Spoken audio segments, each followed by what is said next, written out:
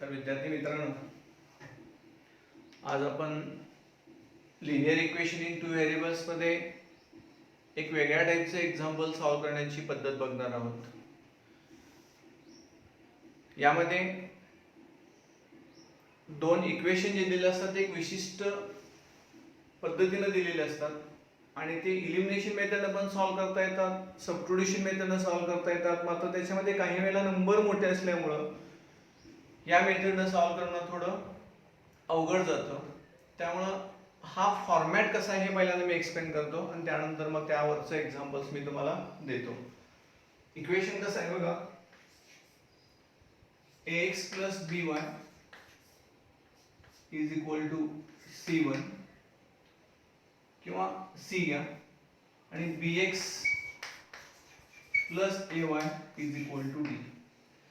बघा लक्ष द्या, या फॉर्मॅट मध्ये कसं एक्झाम्पल आहे की x चा कोएफिशियंट जो आहे पहिल्या इक्वेशन मध्ये तो दुसऱ्या इक्वेशन मध्ये y चा कोएफिशियंट आहे आणि पहिल्या इक्वेशन मध्ये जो y चा कोएफिशियंट आहे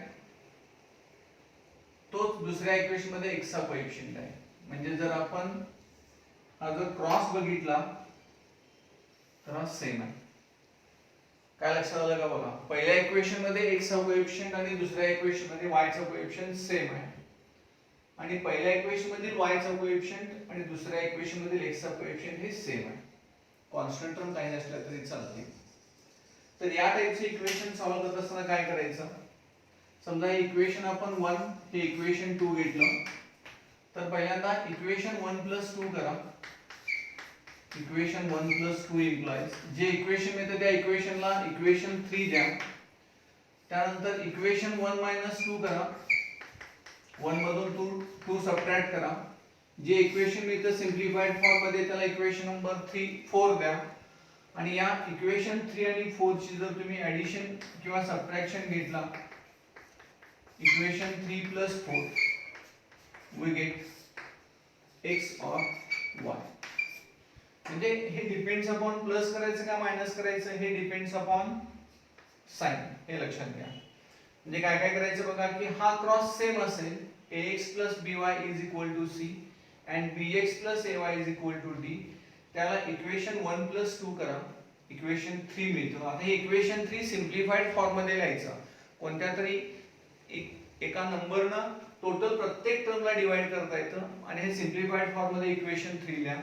इक्वेशन 1 - 2 केल्यानंतर सुद्धा तुम्हाला जे इक्वेशन मिळतं त्याला कोणत्या तरी नंबरने डिवाइड करून, कोणत्या तरी म्हणजे ते समजा 5x + 5y = 15 आलं तर थोड 5 ने डिवाइड करता येतं. ते सिम्प्लिफाइड फॉर्म मध्ये इक्वेशन 4 लिहा आणि इक्वेशन 3 आणि 4 ची ऍडिशन किंवा सबट्रॅक्शन तुम्ही केला म्हणजे डिपेंड्स ऑन साइन, हे लक्षात घ्या. तुम्हाला x और y ची व्हॅल्यू मिळेल. जर x एलिमिनेट झाला तर y ची व्हॅल्यू मिळेल, y एलिमिनेट झाला तर x ची व्हॅल्यू मिळेल. म्हणजे हा जो फॉर्मॅट तो प्रॅक्टिस सेट 1.1 मध्ये तुम्हाला टेक्स्ट बुक मध्ये सॉल्व्ह करून पण दिलेले एक्झाम्पल आहे आणि प्रॅक्टिस सेट मध्ये सुद्धा एक्झाम्पल दिलेले आहेत. पण हा काय सेपरेट टाइप म्हणून दिलेला नाही. मात्र हे तुम्हाला एक्सप्लेन करत असताना मी सांगितलं की या टाइप मध्ये नंबर मोठे असतील, कोएफिशियंट मोठे असतील तर इलिमिनेट करणं किंवा मल्टिप्लाय करणं हे अवघड जातं. कॅल्क्युलेशनला खूप वेळ लागतो. त्यासाठी मी तुम्हाला ही एक सोपी मेथड सांगितलेली. हा क्रॉस जर सेम असेल तर 1 + 2 करा, इक्वेशन 3 लिहा, 1 - 2 करा, इक्वेशन 4 लिहा आणि त्या दोघांची ऍडिशन किंवा सबट्रॅक्शन करून तुम्हाला एका व्हेरिएबलची व्हॅल्यू मिळते आणि त्यानंतर आपल्याला एका व्हेरिएबलवरून दुसऱ्या व्हेरिएबलची व्हॅल्यू फाइंड आउट करता येते. आता या टाइपचं एक मी एक्झाम्पल देतो, ते एक्झाम्पल सॉल्व्ह करू म्हणजे तुमच्या लक्षात येईल ही नेमकी मेथड काय आहे आणि या टाइपचं एक्झाम्पल आलं तर सॉल्व्ह कसं करायचं तुमच्या लक्षात येईल.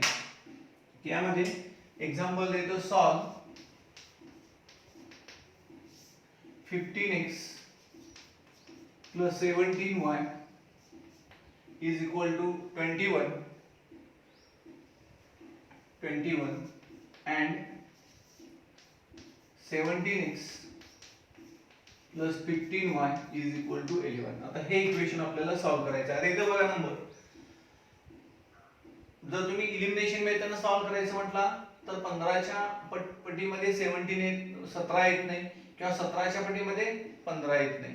त्यामुळे इथे इक्वेशन 1 ला तुम्ही काय करावं लागेल, इलिमिनेशन मेथडने जर सॉल्व्ह करायचं असेल आणि x चा कोएफिशियंट जर तुम्ही सारखा करायचं म्हटला तर इक्वेशन 1 ला तुम्हाला 17 ने मल्टिप्लाय करावं लागेल आणि इक्वेशन 2 ला 15 ने मल्टिप्लाय करावं लागेल. म्हणजे हे प्रॉडक्ट काय होतात, थोडे मोठे होतात. त्यामुळे हा क्रॉस सेम आहे. मी मगाशी सांगितल्याप्रमाणे पहिल्यांदा मी गिवन इक्वेशन लिहितो 15x plus 17y is equal to 21, equation 1, आणि 17x plus 15y is equal to 11, equation 2. बघा 15x 15y 17y 17x म्हणजे हा जो क्रॉस जो म्हणतो मी मगाशी सांगितलेला, पहिल्या इक्वेशन मध्ये x चा कोएफिशियंट, दुसऱ्या इक्वेशन मध्ये y चा कोएफिशियंट सेम आहे. पहिल्या इक्वेशन मधील y चा कोएफिशियंट, दुसऱ्या इक्वेशन मधील x चा कोएफिशियंट सेम आहे. असं असेल तर काय करायचं, इक्वेशन 1 plus 2 implies, या दोन इक्वेशनची ऍडिशन घ्या.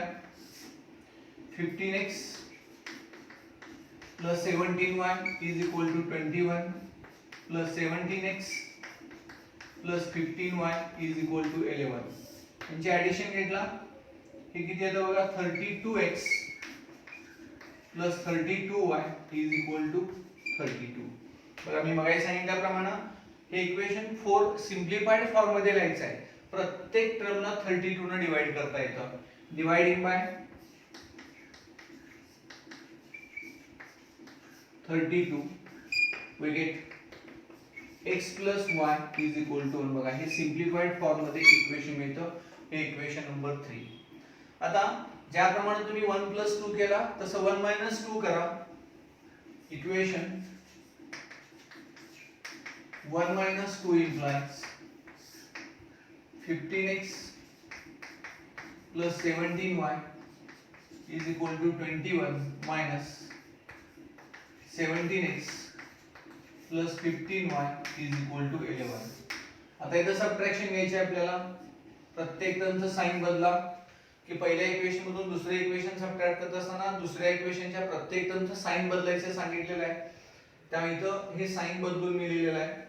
15x minus 17x minus 2x, 17x minus 15x, 17y minus 15y 2y आणि 21 minus 11 तुम्हाला 10 मिळतं. आता इथं प्रत्येक टर्मला आपल्याला 2 ने डिवाइड करता येईल. Dividing by 2 we get minus x plus y is equal to 5. हे इक्वेशन 4. लक्षात आलं का बघा, इक्वेशन 1 minus 2 सिम्प्लिफाइड फॉर्म मध्ये तुम्हाला काय मिळालं, इक्वेशन 4 मिळालं. त्या दोन्ही इक्वेशनची ऍडिशन घेतला. Equation 1 plus 2 implies 3 plus 4 implies x plus y is equal to 1 minus x plus y is equal to 5. यांची दोघांची ऍडिशन घ्यायचं आहे. प्लस x ला minus x cancel, y plus y 2y आणि 1 प्लस y 6. आता 2 ने divide करा, therefore y is equal to 3. आता ही व्हॅल्यू इक्वेशन 1 2 3 4 कोणत्याही इक्वेशन मध्ये घाला. 1 2 3 4. मग इक्वेशन ही व्हॅल्यू मी इक्वेशन 3 मध्ये घेतो कारण सोपं इक्वेशन आहे. चौथ्या मध्ये घेतला तरी पण चालेल. Putting y is equal to 3 in equation 3 we get x plus 3 is equal to 1, x is equal to minus 2. Therefore we get x is equal to minus 2 and y is equal to, y ची value किती आलेली आहे 3. आपण याचा solution set जर लिहायचा असेल तर सोल्युशन सेट मिळतो -2 3. मी सोल्युशन सेट लास्ट लेक्चरला सांगितले की याच पद्धतीने लिहायचा. x कोऑर्डिनेट पहिल्यांदा, y कोऑर्डिनेट नंतर, कारण हा पॉइंट रिप्रेझेंट करतो. 2 डायमेन्शन सिस्टीम मध्ये हे जे सोल्युशन येतं ते पॉइंट रिप्रेझेंट करतो. जो नेक्स्ट पॉइंट आपण घेणार आहोत त्याच्यामध्ये ग्राफिकल मेथड मध्ये लक्षात येईल की हा पॉइंट कसा येतो आणि हा आपण असा का लिहायचा. सेट नोटेशन कर्ली ब्रॅकेट मध्ये लिहिलं आणि हा पॉइंट रिप्रेझेंट करत असल्यामुळे x कोऑर्डिनेट पहिल्यांदा म्हणजे x ची व्हॅल्यू पहिल्यांदा लिहायची आणि y ची व्हॅल्यू त्यानंतर लिहा. ऑर्डर पेअर x y येते लक्षात घ्या. म्हणजे हे एक्झाम्पलची मेथड लक्षात आली का बघा. हा क्रॉस जर सेम असेल तर तुम्ही इलिमिनेशन मेथड किंवा सबट्रुशन मेथड यूज न करता इक्वेशन 1 plus 2 करा. इक्वेशन 3 ला सिम्प्लिफाईड फॉर्म मध्ये, इक्वेशन 1 - 2 करा, सिम्प्लिफाईड फॉर्म मध्ये इक्वेशन 4 ला, आणि त्या दोन इक्वेशनची ऍडिशन जर तुम्ही केला तर एक व्हेरिएबल काय होतो, इलिमिनेट होतो आणि एकाची व्हॅल्यू मिळते आणि एकाच्या व्हॅल्यूवरून तुम्ही दुसरी व्हॅल्यू फाइंड आउट करू शकता. हे लक्षात आलं? या टाइपचे मी आणखी एक एक्झाम्पल देतो, त्यानंतर आपण नेक्स्ट पॉइंट बघता येईल.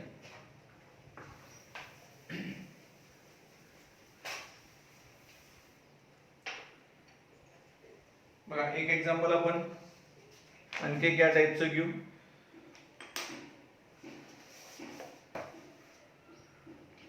(49x solve)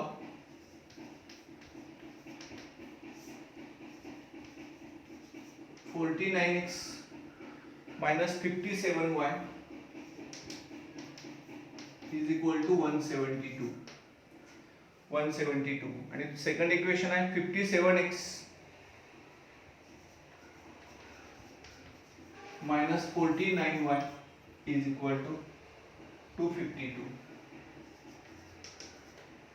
पहिल्यांदा गिवन इक्वेशन्स घेऊ आपण आणि त्यानंतर सेम प्रोसिजर 1 + 2 3, 1 - 2 4, 3 + 4 एक व्हॅल्यू मिळते. बघा गिवन इक्वेशन्स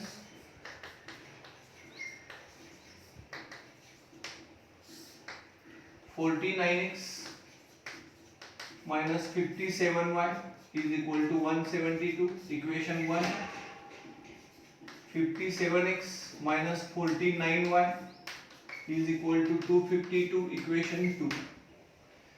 बघा आता हा क्रॉस सेम आहे 49 49 57 57, म्हणजे हा जर क्रॉस सेम असेल तर इक्वेशन 1 + 2 मी याप्रमाणे करतो. Equation 1 + 2 implies 49x minus 57y is equal to 172 plus 57x minus 49y is equal to 252. आता त्यांची ऍडिशन हे किती येतं बघा, 106x minus 106y is equal to 4 2 4. बघा आता याच्यामध्ये 106 न म्हणजे 106 न जर तुम्ही डिवाइड केला through dividing by 106 we get x minus y is equal to 4. याची चौपट येते की नाही बघा, 106 into 4, 100 multiplied by 4 400 आणि 6 into 4 24, म्हणजे 424. हे इक्वेशन 3 ने डिनोट करा. त्यानंतर काय सांगितली step, equation 1 - 2 implies, equation 1 - 2 implies 49x minus 57y is equal to 172 minus 57x minus 49y is equal to 252. आता यांची सबट्रॅक्शन घ्यायची आहे, साइन बदलून ती इथे लिहा. हे मायनस चं काय होणार प्लस, प्लस चं मायनस, इथे प्लस आहे ते काय होणार मायनस. आता इथे जे तुम्हाला मिळतं minus 8x minus 49x minus 57x minus 8x, इथं minus 8y is equal to, he value किती मिळते बघा 0 8 minus 80. आता इथं तुम्हाला -8 न थ्रोट डिवाइड करता येतं, म्हणजे भाग जातो. डिवाइडिंग बाय -8, डिवाइडिंग बाय -8 म्हणजे सिम्प्लिफाईड फॉर्म मध्ये आपल्याला लिहिता येतं x + y is equal to 10. हे इक्वेशन 4. आता इक्वेशन 3 + 4 केला की तुम्हाला y एलिमिनेट होतो बघा, कारण -y आणि इथं काय +y आहे. त्यामुळे equation 3 + 4 implies x minus y is equal to 4 plus x plus y is equal to 10. या दोघांची addition -y plus y cancel, x plus x 2x, right side addition 14, x ची व्हॅल्यू मिळते 7. आता ही व्हॅल्यू इक्वेशन 1 2 3 4 मध्ये कोणत्या equation मध्ये घाला, तुम्हाला y ची व्हॅल्यू मिळते. Putting x is equal to 7 in equation 3 we get 7 minus y is equal to 4 therefore y is equal to 3 कारण हे 7 minus 4 3 होतं आणि y इकडे प्लस होईल म्हणजे y ची value 3 we get x is equal to 7 and y is equal to 3 therefore solution set कसा लिहायचा कर्ली ब्रॅकेट x कोऑर्डिनेट पहिल्यांदा त्यानंतर y coordinate to get the solution म्हणजे या टाइपचे एग्जांपल तुमच्या सर्वांच्या लक्षात आले असतील कारण नंबर ही मोठे असतात कोएफिशिएंट हे आणि हा क्रॉस सेम असेल 1 + 2 करा इक्वेशन 3 लिहा सिम्प्लिफाइड फॉर्म मध्ये 1 - 2 करा सिम्प्लिफाइड फॉर्म मध्ये इक्वेशन 4 लिहा आणि इक्वेशन 3 + 4 केलं की तुम्हाला x किंवा y ची व्हॅल्यू मिळते त्याच्यावरून आपण दुसऱ्या व्हेरिएबलची व्हॅल्यू फाइंड आउट करू शकतो सर्वांच्या लक्षात आलं एक्झाम्पल या टाइपचे तुम्ही परत एक्झाम्पल प्रॅक्टिस करा त्याच्यामध्ये काय डाऊट असेल तर तुम्ही शंका विचारू शकता त्यानंतर या टाइप मध्ये एलिमिनेशन मेथड मध्ये आणखी काही वेगळ्या टाइपचे एक्झाम्पल्स बघू एक दोन एक्झाम्पल देतो आणि त्यानंतर linear equation in two variable किंवा simultaneous equations in two variable solve करण्याची जी दुसरी मेथड आहे ग्राफिकल मेथड ती मेथड आपण बघू आता यामध्ये आणखी एक एक्झाम्पल मी देतो सॉल्व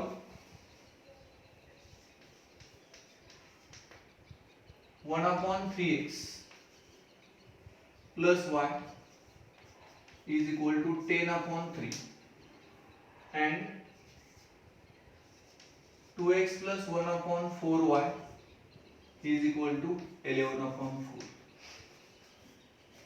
आता इथं फ्रॅक्शन म्हटल्यानंतर बऱ्याच जणांना काय वाटतं बऱ्याच मुलांना अवघड वाटतं तर हे एक्झाम्पल तुम्ही फ्रॅक्शन जे आहे 1/3 इथे 11/4 10/3 हा फ्रॅक्शन तुम्ही कॅन्सल करून एक्झाम्पल सॉल्व्ह केलं तरी चालतं किंवा आहे या कंडिशन मध्ये सुद्धा एक्झाम्पल आपण सॉल्व्ह करू शकतो तर पहिल्यांदा गिवन इक्वेशन्स मी लिहितो given equations 1/3x plus y is equal to 10/3 आता या इक्वेशन मध्ये हा डिनॉमिनेटर मधला 3 जर कॅन्सल करायचं असेल तर हे मल्टिप्लाइंग बाय 3 थ्रूआउट 3 ने तुम्ही मल्टिप्लाय करा आणि इंटिजर मध्ये हे एक्झाम्पल काय करा कन्वर्ट करा म्हणजे कोएफिशिएंट इंटिजर मध्ये तुम्हाला येतील म्हणजे मल्टिप्लाइंग बोथ साइड्स बाय 3 आता 3 ने मल्टिप्लाय केल्यावर काय होणार बघा हे 3/3 कॅन्सल होणार x इथं 3y येणार आणि इथं 3 ला 3 कॅन्सल कारण डिनॉमिनेटर मध्ये 3 आहे 10 आता सगळे कोएफिशिएंट इंटिजर मिळाले का म्हणजे यामध्ये कन्वर्ट करा किंवा आणखी एक वे आहे इंटिजर मध्ये कन्वर्ट न करता फ्रॅक्शन कॅन्सल न करता सुद्धा आपण एक्झाम्पल सॉल्व्ह करू शकतो ते पण मी या मेथडने सॉल्व्ह केल्यानंतर ती मेथड पण एक्सप्लेन करतो मात्र ही सोपी मेथड त्यानंतर दिलेले इक्वेशन 2 कोणतं आहे बघा 2x plus 1/4y is equal to 11/4 आता इथं थ्रूआउट 4 ने मल्टिप्लाय करा multiplying both sides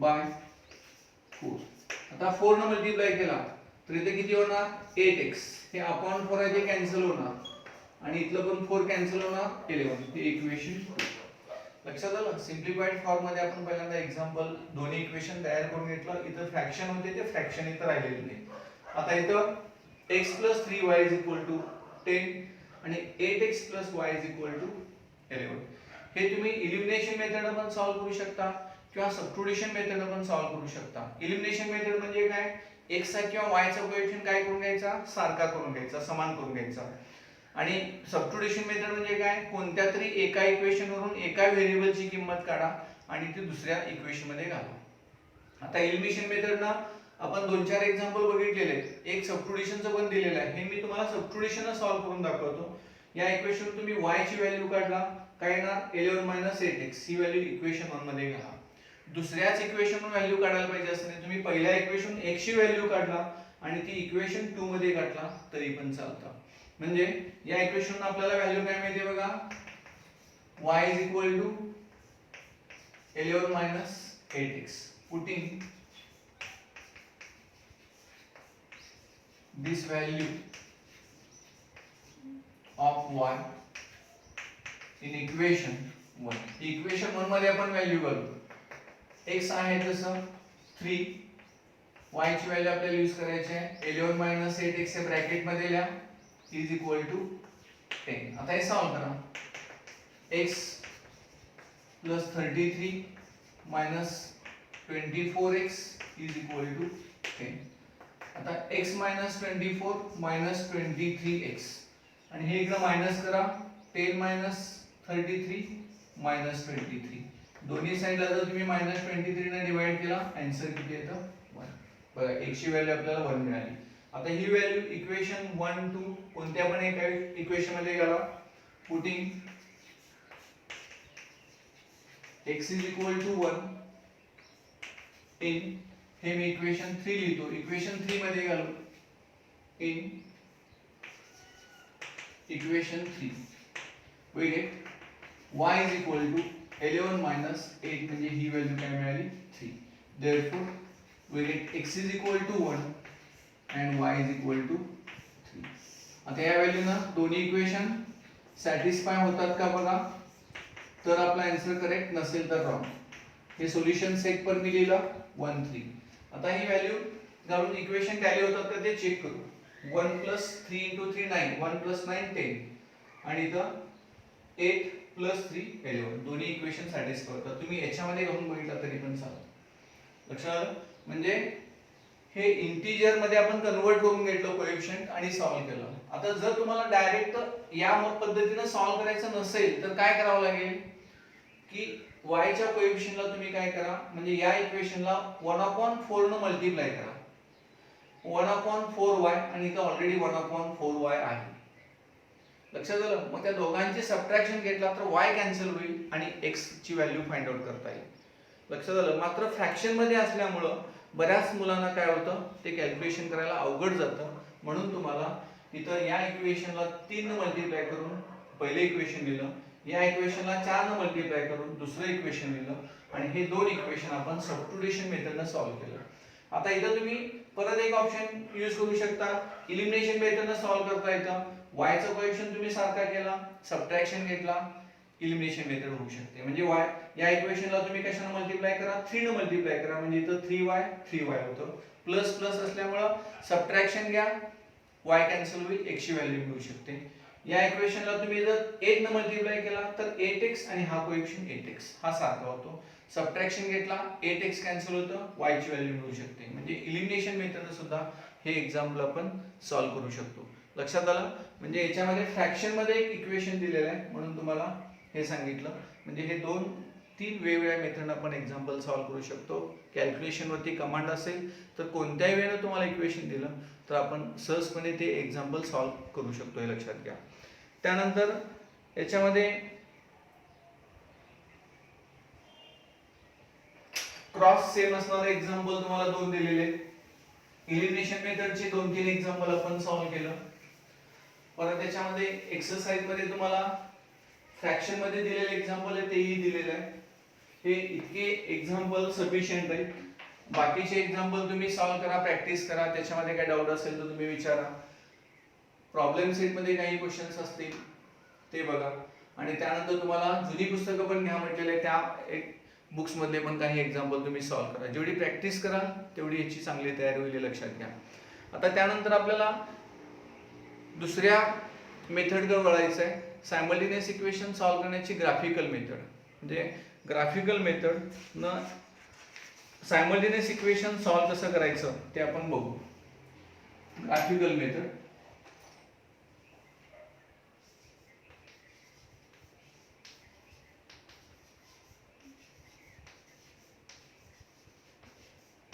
graphical method.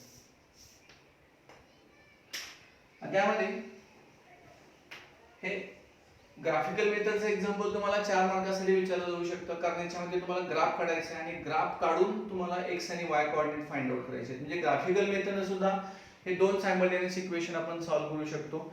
आता यामध्ये ग्राफिकल मेथडने सॉल्व्ह कसं करायचं की लिनियर इक्वेशनचा ग्राफ पहिल्यांदा कसा येतो ते आपण बघू. की समजा फॉर एक्झाम्पल आपण जर इक्वेशन असं घेतलं 3x + 4y = 12. हे लिनियर इक्वेशन इन 3 व्हेरिएबल आहे. आता ह्या लिनियर इक्वेशन इन 2 व्हेरिएबल, ह्या लिनियर इक्वेशन इन 2 व्हेरिएबलचा ग्राफ कसा काढायचा हे पहिल्यांदा बघू. त्यानंतर आपण सायमल्टेनियस इक्वेशन सॉल्व्ह कसं करायचं ते बघता येईल. आता हे लिनियर इक्वेशन इन 2 व्हेरिएबल आहे कारण या टॉपिकचंच नाव आहे लिनियर इक्वेशन इन 2 व्हेरिएबल्स. आणि सुरुवातीच्या लेक्चर मध्ये मी तुम्हाला हे डिटेल एक्सप्लेन केलेलं आहे लिनियर इक्वेशन इन 2 व्हेरिएबल का म्हणायचं ते. आता ग्राफिकल मेथडनं सायमल्टेनियस इक्वेशन सॉल्व्ह करण्यासाठी पहिल्यांदा लिनियर इक्वेशन इन 2 व्हेरिएबलचा ग्राफ कसा काढतात हे तुम्हाला माहित पाहिजे. याचं ऍप्लिकेशन आपल्याला 12वी मध्ये एक टॉपिक आहे लिनियर प्रोग्रामिंग, आणि त्या लिनियर प्रोग्रामिंग मध्ये सुद्धा तुम्हाला ग्राफ काढायचा आहे. फक्त थोडं तिथे इनइक्वॅलिटी असतात, तिथे इक्वॅलिटी आहे. म्हणजे ते इक्वल टू साइन आहे, तिथं less than or equal to, greater than or equal to असं साइन असतं, लक्षात घ्या. जवळजवळ 50 to 60% हाच कन्सेप्ट तिथं 12वी मध्ये तुम्हाला सॉल्व्ह करायचा आहे. 2 इक्वेशन 3 इक्वेशनचा ग्राफ काढायचा आहे आणि तिथं फक्त एक्स्ट्रा पॉइंट काय सोल्युशन सेट दाखवायचा आहे. फक्त आपण इथं हा विचार करू की लिनियर इक्वेशन इन 2 व्हेरिएबलचा ग्राफ कसा काढायचा. आता ग्राफ काढत असताना आपल्याला कमीत कमी लाईन रिप्रेझेंट करण्यासाठी कमीत कमी 2 पॉइंटची आवश्यकता असते, लक्षात घ्या. मात्र तुमच्या बुक मध्ये सांगितलेलं आहे की 4 पॉइंट घेऊन ते ग्राफ काढून दिलेला आहे, पण माझ्या मते 3 पॉइंट हे सफिशियंट आहे. आणि 3 पॉइंट घेऊन जर तुम्ही ग्राफ काढला तरी मार्क्स काय कट व्हायची आवश्यकता नाही, लक्षात घ्या. म्हणजे तुम्हाला 3 पॉइंटनं लाईन रिप्रेझेंट करता येते आणि त्या पद्धतीने आपण ग्राफ कसा काढायचा ते बघू. बघा की याच्यामध्ये मी x कोऑर्डिनेट, y कोऑर्डिनेट आणि हा पॉइंट. आता इथं तुम्ही वेगवेगळे 3 पॉइंट घ्या, x कोऑर्डिनेट वरून y कोऑर्डिनेट घ्या. एक सोपी मेथड सांगतो की ज्या मी 12वी मध्ये यूज करतो, की कॅल्क्युलेशनला खूप सोपं जातं आणि ओरली कॅल्क्युलेशन करता येतं, म्हणजे तोंडी उत्तर त्याचं फाइंड आउट करता येतं, लक्षात घ्या.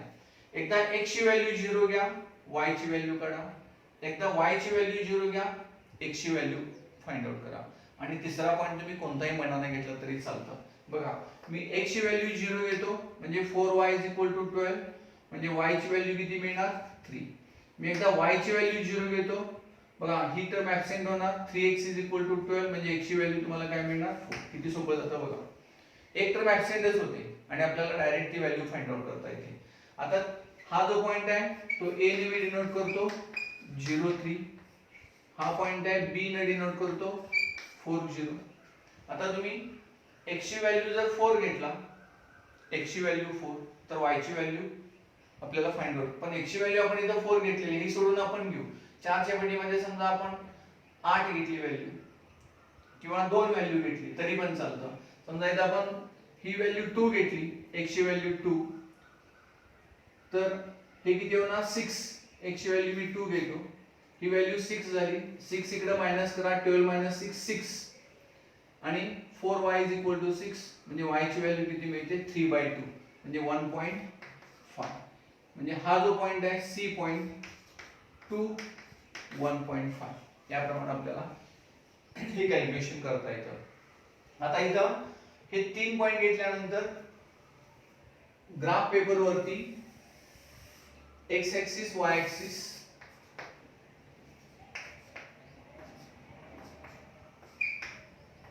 आणि point of intersection is called origin. आता यावरती 1 सेंटीमीटर = 1 सेंटीमीटर = 1 युनिट असं मी हे घेतो, स्केल घेतो.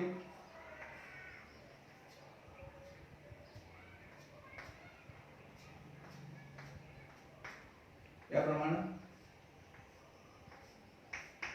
1 2 3 4 5 1 2 3 4 5.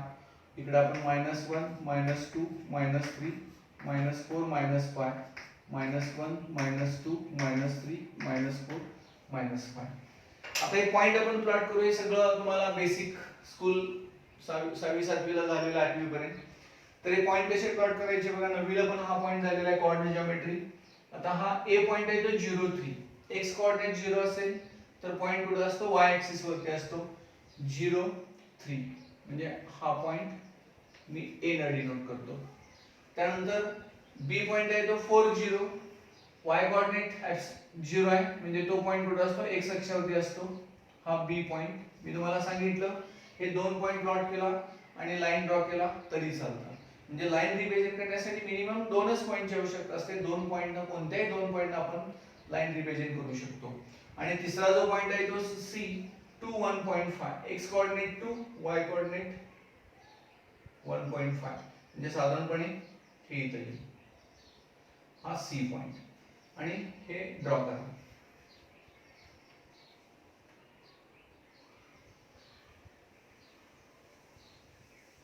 This is the graph of 3x plus 4y is equal to 12. आता लिनियर इक्वेशन इन टू व्हेरिएबलचा ग्राफ काय रिप्रेझेंट करतो? स्ट्रेट लाईन रिप्रेझेंट करतो. त्यामुळं हे कोणत्या फॉर्म मध्ये इक्वेशन आहे? मी सुरुवातीला सांगितलं linear equation in two variable कोणत्या फॉर्म मध्ये येतं? ax by c is equal to 0. याला आपण linear equation general form of linear equation in two variable म्हणतो. त्याच्यामध्ये a आणि b नॉट इक्वल टू 0 पाहिजे. समजा एक व्हेरिएबल जरी ऍब्सेंट असला तर 0 into x जरी घेतला तरी वन व्हेरिएबल मध्ये कन्वर्ट होतं. त्यामुळे ते टू व्हेरिएबल मध्ये a b आणि c टर्म ऍब्सेंट असेल तरी चालेल, पण a b b not equal to 0 असं सांगितलेलं होतं. टू व्हेरिएबल जर तुम्हाला रिप्रेझेंट करायचे असतील तर यामध्ये जर समजा एक व्हेरिएबल ऍब्सेंट असेल तर 0 into x घेतलं तरी पण चालू शकतं.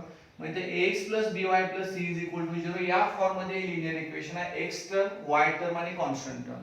तर दिस इक्वेशन रिप्रेझेंट म्हणजे या इक्वेशनचा ग्राफ काय रिप्रेझेंट करतो? स्ट्रेट लाईन रिप्रेझेंट करतो. त्यामुळे या इक्वेशनला आपण जनरल इक्वेशन ऑफ लाईन असं सुद्धा म्हणतो. लक्षात घ्या, जनरल इक्वेशन ऑफ लाईन.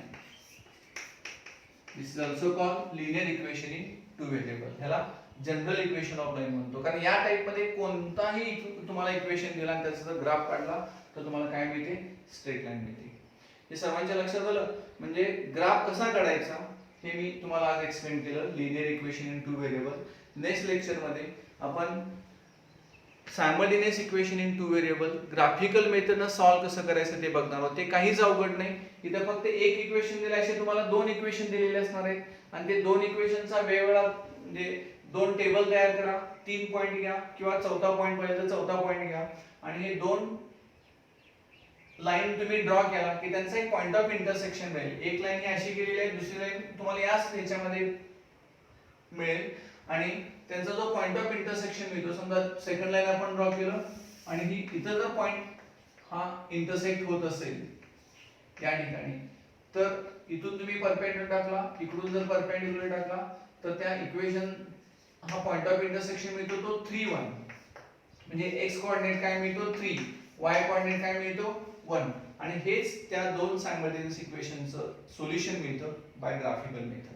लक्षात आलं. म्हणजे एका इक्वेशनचा ग्राफ कसा जसा आपण काढला तसाच दुसरं दिलेल्या इक्वेशनचा ग्राफ आपण काढायचा आहे आणि त्या दोन इक्वेशनचा पॉइंट ऑफ इंटरसेक्शन तुम्हाला ग्राफ मध्ये मिळतो आणि तो पॉइंट ऑफ इंटरसेक्शन म्हणजे त्या दोन सायमल्टेनियस इक्वेशन तुम्हाला काय मिळतं? सोल्युशन मिळतं. लक्षात घ्या. ग्राफ काढत असताना याच्यावरती स्केल दोन्ही ऍक्सिस वरती सेम आपण घेतलेला आहे. तेही तर तुम्ही बोर्ड एक्झाम मध्ये रिप्रेझेंट करायला विसरू नका. Scale on both axis 1 centimetre is equal to 1 unit. म्हणजे या पद्धतीने आपल्याला हा ग्राफ सोपा पार्ट आहे आणि 4 मार्कासाठी या टाइपचं एक्झाम्पल विचारलं जाऊ शकतं. म्हणजे आपला जो 4 मार्काचा क्वेश्चन पेपर फॉर्मॅट मध्ये कुठं सांगितला? क्वेश्चन नंबर 4 मध्ये की जे आउट ऑफ टेक्स्ट बुक असतं, टेक्स्ट बुक मधलं इक्वेशन सोडून दुसरं कुठलं तरी इक्वेशन तुम्हाला जरी दिलं म्हणजे मुलांना सोपंही जातं आणि टेक्स्ट बुकच्या बाहेरचं विचारलं असंही होऊ शकतं. त्यामुळे या पॉइंट वरती तुम्हाला क्वेश्चन या पद्धतीने विचारला जाऊ शकतो. लक्षात घ्या. नेक्स्ट लेक्चर मध्ये आपण काय बघू की simultaneous equation in two variables graphical मेथडनं सॉल्व्ह कसं करायचं त्याचे 2-3 एक्झाम्पल आपण सॉल्व्ह करू. ठीक आहे.